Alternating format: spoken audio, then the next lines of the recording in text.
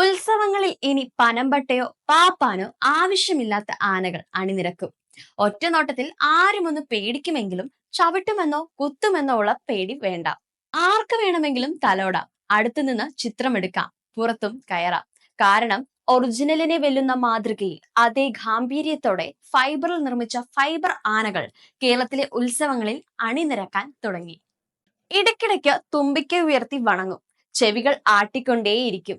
10 അടി ഉയരത്തിലും 300 കിലോ തൂക്കത്തിലുമാണ് ആനയെ നിർമ്മിച്ചിരിക്കുന്നത്. ആനച്ചമയം കഴിഞ്ഞിറങ്ങിയാൽ ലക്ഷണമൊത്ത ആന തന്നെ.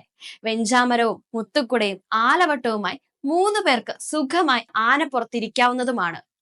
5 ലക്ഷം രൂപ മുടക്കിയാണ് ആനയെ നിർമ്മിച്ചിരിക്കുന്നത്. ആനയുടെ വയർ, മസ്തകം, കാല് എന്നിവ ഫൈബർ കൊണ്ടും തുമ്പിക്കയും ചെവിയും റബ്ബറും തുണിയും കൊണ്ടുമാണ് ഉണ്ടാക്കിയിരിക്കുന്നത്. ബാറ്ററിയും ലിവർ ഉപയോഗിച്ചാണ് ആനയെ പ്രവർത്തിപ്പിക്കുക. ലിവർ പ്രവർത്തിപ്പിച്ചു വേണം തുമ്പിക്കൈ ചലിപ്പിക്കാൻ. ചെവി, കണ്ണ്, വാൽ എന്നിവ ബാറ്ററി ഉപയോഗിച്ച് പ്രവർത്തിക്കും. സ്റ്റാൻഡിൽ ചക്രം ഘടിപ്പിച്ചാണ് ആനയെ നടത്തിക്കുന്നത്. എറണാകുളം സ്വദേശികളായ ആന മേക്കേഴ്സ് സൂരജും അഭിജിത്തുമാണ് ഫൈബറിൽ ആനയെ രൂപപ്പെടുത്തിയിരിക്കുന്നത്.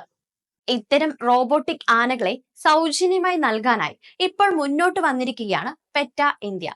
ക്ഷേത്രങ്ങളിലും ഉത്സവങ്ങളിലും ആന തന്നെ വേണമെന്ന് ശാഠ്യം പിടിക്കുന്നവരെ സമാധാനിപ്പിച്ചു നിർത്താൻ റോബോട്ട് ആനകൾക്ക് സാധിക്കുമെന്നാണ് തൃശൂരിലെ ഹെറിറ്റേജ് ആനിമൽ ടാസ്ക് ഫോഴ്സും പെറ്റ ഇന്ത്യ എന്ന സന്നദ്ധ സംഘടനവും പറയുന്നത്.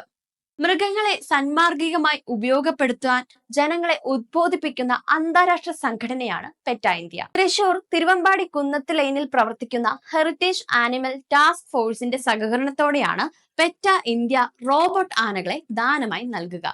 തിരുവനന്തപുരം വേങ്ങാനൂർ ബാലത്രിപുര സുന്ദരി ദേവി ക്ഷേത്രം, എറണാകുളം കാലടി കൈത്തളി ശിവക്ഷേത്രം, കണ്ണൂർ കണ്ണവം വടക്കുംപാട് ശിവവിഷ്ണു ക്ഷേത്രം, തൃശൂർ ഇരിങ്ങാടപ്പള്ളി ശ്രീകൃഷ്ണ ക്ഷേത്രം, കോമ്പാറ ശ്രീകൃഷ്ണ ക്ഷേത്രം എന്നീ 5 ക്ഷേത്രങ്ങളിൽ ഇതുവരെ പെറ്റ ഇന്ത്യ റോബോട്ട് ആനകളെ സൗജന്യമായി നൽകിയിട്ടുമുണ്ട്.